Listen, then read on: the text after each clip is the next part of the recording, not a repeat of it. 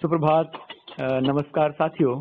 आज संगीत सरोकार के अंतर्गत हम बात करने चल रहे हैं नेपाल के बॉर्डर पर स्थित टनकपुर डिग्री कॉलेज के संगीत के प्राध्यापक डॉक्टर पंकज उप्रेती जी, जो लगातार आपको विभिन्न कार्यक्रमों के माध्यम से, दूरदर्शन के माध्यम से, यूट्यूब चैनल के माध्यम से और अपने प्राध्यापक होने के नाते अध्यापन के माध्यम से संगीत की विभिन्न विधाओं से आपको अवगत कराते रहते हैं। आज हम विशेष जो बात करने जा रहे हैं वो कुमाऊं के होली गायन पर केंद्रित होगी। स्वागत है डॉक्टर पंकज उप्रेती जी। नमस्कार। सबसे पहले ये बात हम करना चाहेंगे आपसे कि पूरे विश्व में होली पर गायन या होली मनाने का होली का जो पर्व है वो पूरे विश्व में मनाया जाता है और विशेषकर भारत के जो ब्रज का क्षेत्र है वहाँ पर विशेष रूप से हम जानते हैं कि होली मनाई जाती है और वहाँ का जो आनंद है वो पूरे देश में फैलता है और फिर एक धारा सी चलती जाती है। तो उससे कुमाऊं की जो होली है, हमारे इस उत्तराखंड के कुमाऊं क्षेत्र की होली है, वो किस प्रकार अलग है और किस प्रकार उससे प्रभावित है? जी, पूरी दुनिया में मौसम के अनुसार हमारे लोग के जो रस हैं वो फूटते हैं। उन्हीं में से एक होली है। जी। होली पूरी दुनिया में मनाई जाती है। इसको गायन के रूप में और अपने प्रेम को प्रकट करते हैं विभिन्न माध्यमों से, तो मनोरंजन के रूप में। तो ब्रज एक ऐसा क्षेत्र है जहाँ पर चूंकि इसमें राधा कृष्ण को लेकर बहुत सी रचनाएं हैं, तो गायन वादन के द्वारा, फूलों की होली के द्वारा, लठमार होली के द्वारा तो हमारा ब्रज का क्षेत्र तो जाना ही जाता है ये पूरे देश क्या दुनिया में। तो इसमें हमारे पहाड़ यानी उत्तराखंड और उत्तराखंड में भी कुमाऊं का होली का रंग जबरदस्त चढ़ा है। तो वहाँ का प्रभाव चूंकि रास मंडलियां आती रही हैं यहाँ पर पहले से, दरभंगा और अन्य अन्य स्थानों से हम यहाँ देखते हैं, कन्नौज, तो यहाँ के चूंकि राजघरानों से संपर्क संबंध रहे हैं पहले से जी।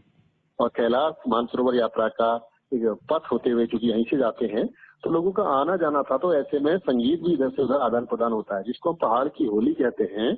उसमें वो सब गीत तो यहाँ पर ठंड की रात में मनोरंजन का एक साधन भी था। तो इसी कारण से 3-4 महीने तक यहाँ पर होली का गायन होता है, जो अब भी परंपरा के रूप में हम और आपके बीच में मौजूद है। जी बिल्कुल। तो क्या हम ये माने कि जब वो राजा रजवाड़े या उनकी परंपरा चलते हुए अभी भी लोक में ये गायन, होली गायन चल रहा है, तो जब ब्रज से या अवधी या भोजपुरी के जो गीत हैं होली गायन में, वो क्या कुमाऊं में हूबहू हैं या उसमें कुमाऊनी जो हमारी बोली है, भाषा है, उसके भी अंश हैं, यानी कुमाऊनी में भी होली गाई जाती है? बिल्कुल, क्योंकि इसमें एक संस्कृति जब दूसरे स्थान में जाती है तो अपने साथ साथ आदमी ही नहीं चलता है, वो व्यक्ति ही नहीं चलता, उसके बाद उसके संस्कार पूरे चले चलते हैं। क्योंकि इस पहाड़ में भी बसासत जो हुई है तब यात्रा तमाम जगह के लोग आए तो अपने साथ उनकी संस्कृति आई। तो यहाँ के उसमें चूंकि किसी लिरिक्स जो है, उसका जो तरीका है, जो शैली है, वो हमारी पहाड़ की है।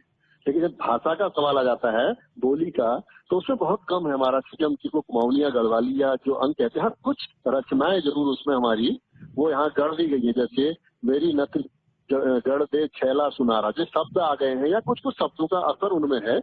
और भाषा की दृष्टि से हम देखते हैं इसको।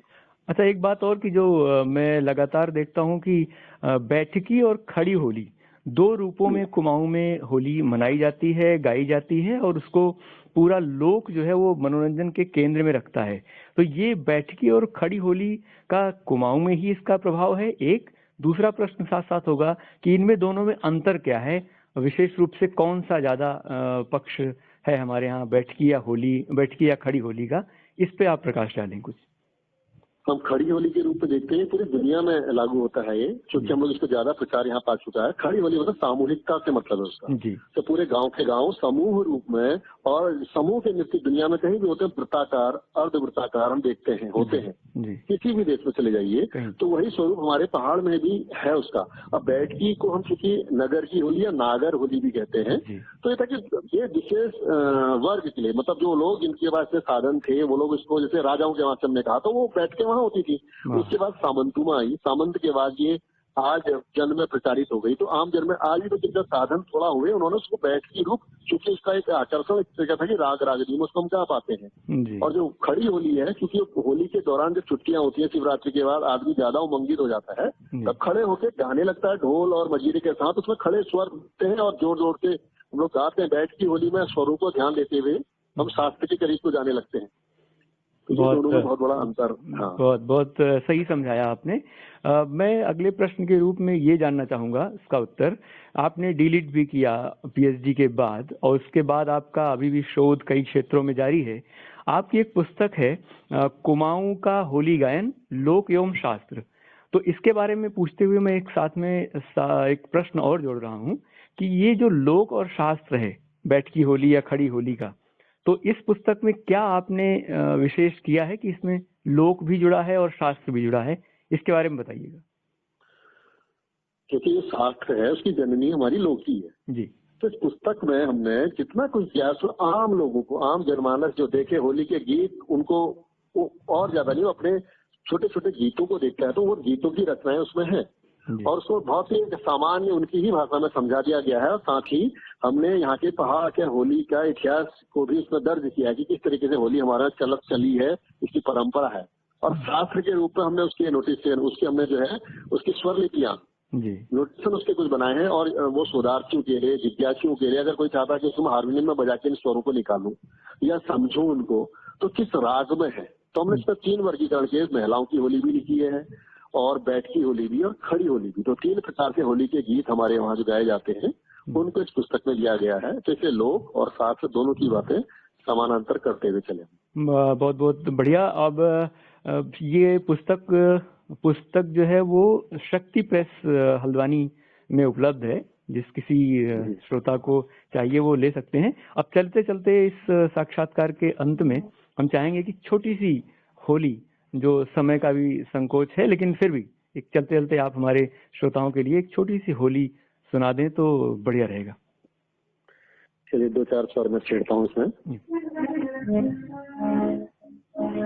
सबको मुबारक होरी फागुन ऋतु सुबह बेली, सबको मुबारक होरी, घर घर अंगना फूल बनो है, रंग बनो है खुशियों की रंगरेली, मन रंग लो प्रभु के रंग में, रंग लो मन की चोली, ऐसी खेलो होरी, सबको मुबारक होरी।